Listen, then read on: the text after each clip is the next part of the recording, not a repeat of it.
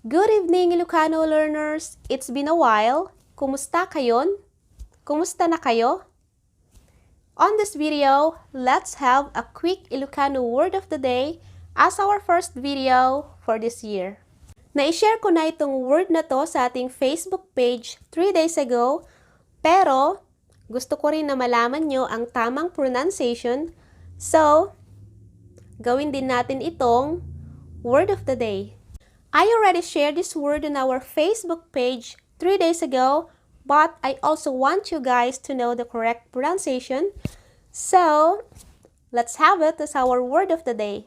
Ano itong Ilocano word na to? It is pronounced as no. No. Sa Ingles, if. Tagalog, kung. Kung. Examples, tawaganak no kayat mo ti kadwa.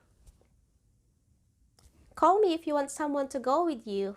Tawaganak no kayat mo ti kadwa. Tawaganak no kayat mo ti kadwa.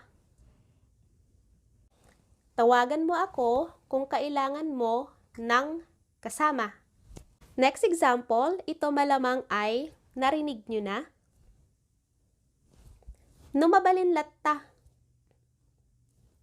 No mabalin latta.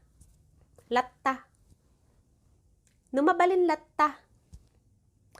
Tagalog, kung pwede lang. Kung pwede lang. Only if it's okay. No kayat mo latta. Only if you want to.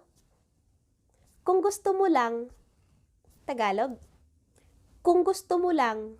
And our last example, mangan ka no mabisin kan. Mangan ka no mabisin kan.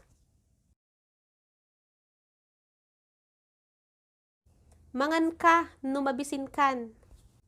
Tagalog, kumain ka kung gutom ka na. Kumain ka kung gutom ka na. At ayan lang para sa ating Ilocano word of the day. And that's all guys for our Ilocano word of the day. Until next time, babush!